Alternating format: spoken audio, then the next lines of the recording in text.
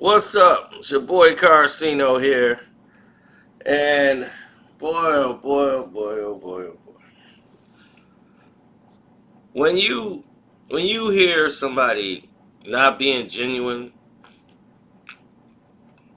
it puts you in a different mind state because you know damn well that's not really them talking.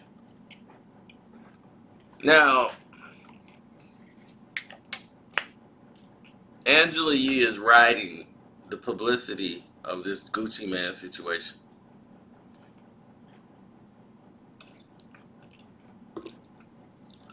She wants to act as if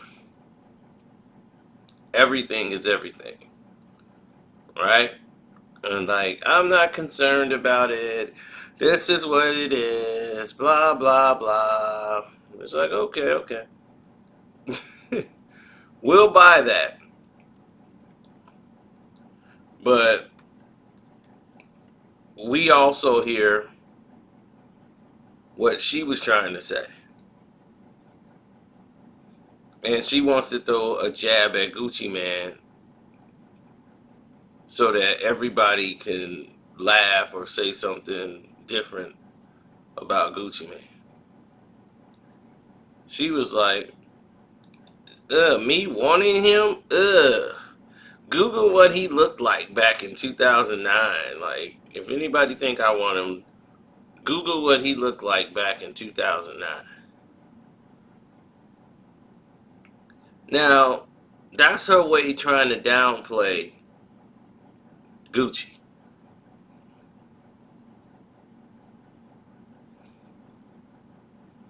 Now, Gucci, even in 2009, you had him on the show. You was flirting with the man on the show, on the radio. I don't think it was a far stretch for you to extend an invitation to him on a personal level. And I don't think he would come there and make it up. I know it put you on blast. But she threw the little line out there so that Gucci can grab a hold of that and keep this thing going because she's really eating off the success and the popularity of the stupidity.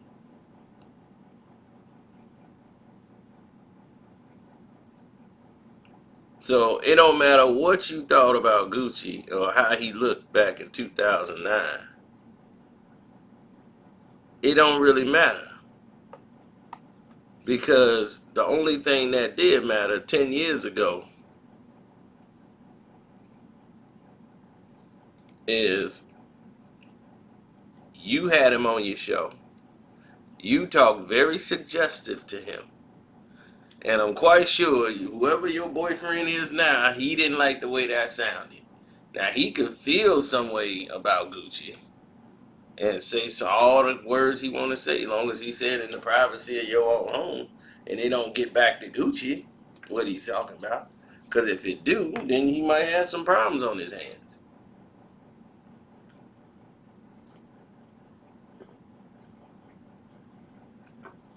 But other than that, you starting this crusade and pushing this narrative of long as he ain't saying we slept together and all that, looking all broken and busted. Outside, I mean, hey, I understand you can't always make those appearances when they catch you on the street like that, but I mean, you don't even look like you got no money. You got some money, but you know, it just look bad. Now, you gonna sit there and say, I didn't ban Gucci Man. Gucci has not been banned from the Breakfast Club. And Gucci confirmed that that was a lie. Then you tried to double take that one. His manager, his agent called up there and they was denying because you didn't feel comfortable.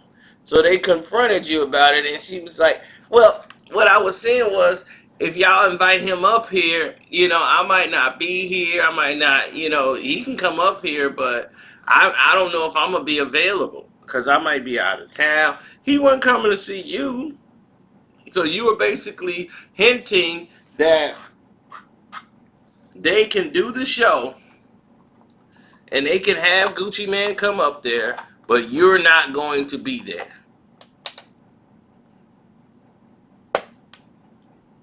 You didn't want to have Gucci Man up there because you was afraid.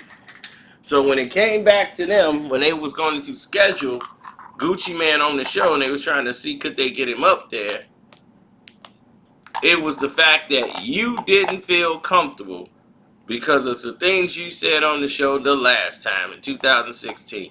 And why you, instead of being honest and being a real person and standing down on it, you talked around it and tried to make it sound like, oh, that wasn't the case. When we clearly could see that was the case. We all could see that now.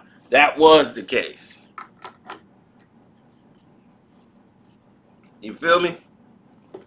So now that we all see that this was the scenario, this is how it played out, and this is what Angela Yee was getting out of the situation.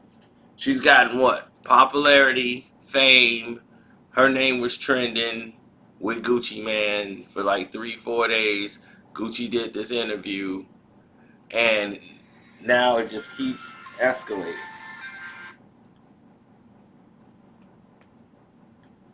I don't know who that is, but it just keeps escalating from there. Why does it keep escalating when it should be going down? Oh, that people want to ask me about it. You knew you don't. If you don't want to talk about something, you don't talk about it, Angela Yee. You already know that. So nobody here is going for that. The Breakfast Club, they was stale for a minute. You know, I mean, they've been having better shows. I would definitely give them credit where it's due. They have been having better guests on the show this year than they have in previous years. They're trying to become a serious network, like a radio station rather, to be taken serious.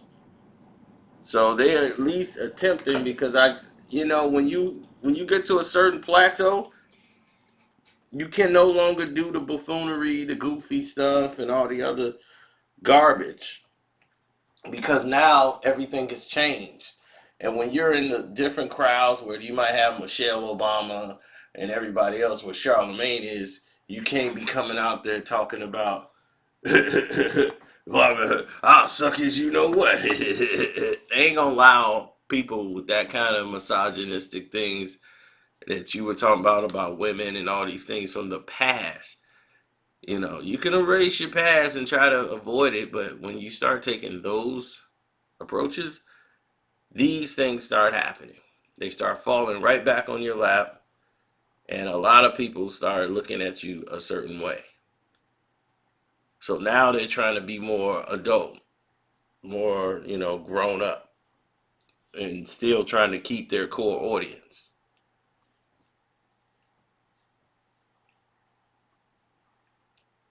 But where they dominate the charts and where they beat the Hot 97 show is their demographic of having the 18 crowd for the 17-year-olds on up.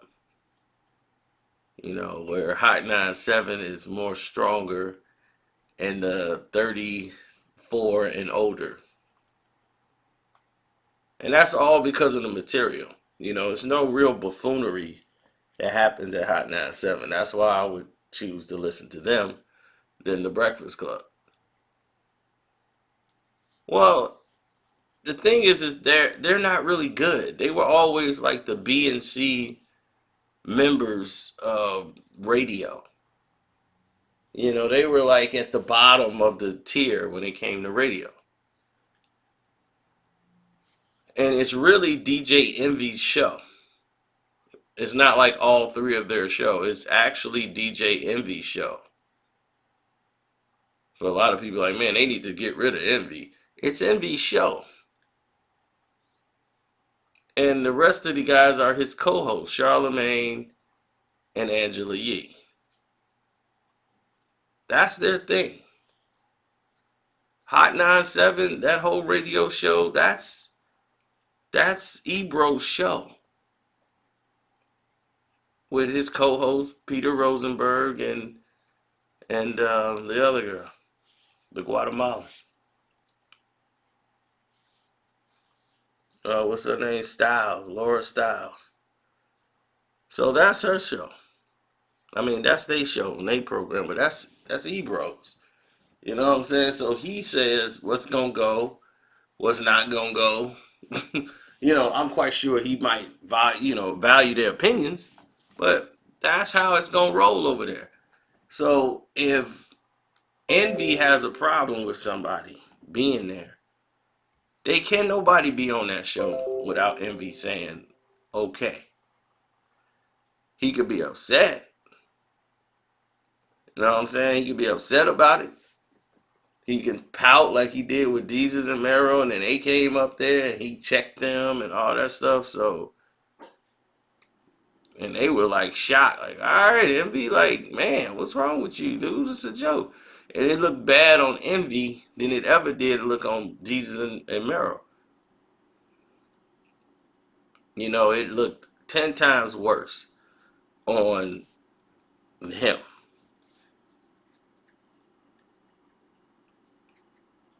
But he didn't have to let them come up. But because of Charlemagne, these his guys. So, if Charlemagne couldn't have him on the show, he's like, man, dude, well, I just do it and you ain't got to be here. Like, if certain people are interviewed, like when they had Troy Ave up there, Charlemagne didn't want to be up there the second time because of his connections. So he stepped out of the interview.